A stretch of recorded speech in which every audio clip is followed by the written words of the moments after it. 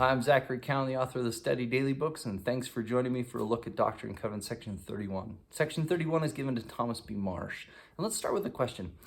If you only had a limited number of pages of the Book of Mormon, right at the very first, how many pages of the Book of Mormon would it take before you were convinced that it was really the Word of God, that it was true? 150? How many pages do you have to read? Do you have to read the whole book? You might even ask, how many pages did it take you to find out?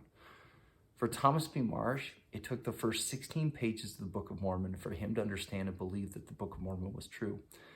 He felt spiritually impressed, and he's looking around, and he's been on a mission of his own making and feeling from God.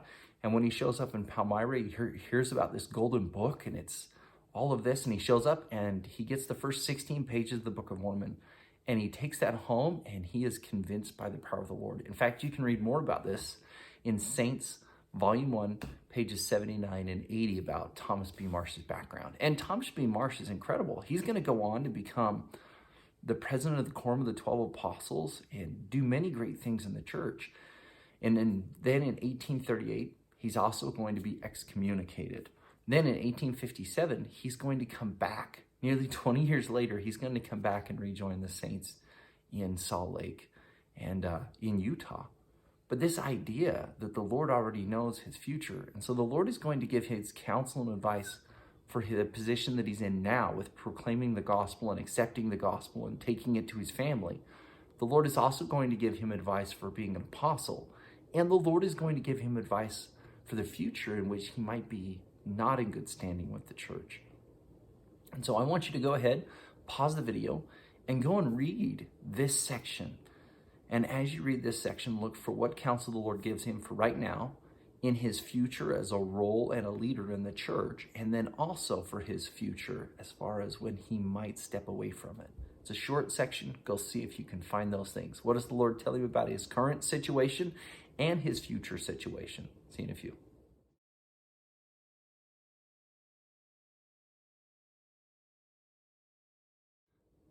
Thanks for studying and welcome back. I hope you found some great things in there. One of my favorite verses of all of missionary work comes in this section. It's in verse 4, that you shall declare the things which have been revealed to my servant Joseph Smith Jr. We teach what the prophets reveal, and begin from this time forth to preach and to reap and to bring those things forth. And then he gives these great promises that he's forgiven. In other places, he says, look, I'm going to take care of your family. The Lord has always said that. You teach the gospel, and I will help take care of your family. And it is true in your callings today. Now, as far as his future roles, the Lord goes on and he says, look, you're going to be a physician to the church. Go out and preach. Don't be afraid. All of those things. And then at the end of this revelation, he gives some counsel this way. Verse 12, pray always, and lest you enter into temptation and lose your reward. Well, that's great counsel for all of us. And then verse 13, be faithful unto the end, and I will be with you. I know that the Lord knows what we're facing currently and also what we're going to face in our future roles and responsibilities and in our future lives. What is the counsel that the Lord has given in this section that would help you right now?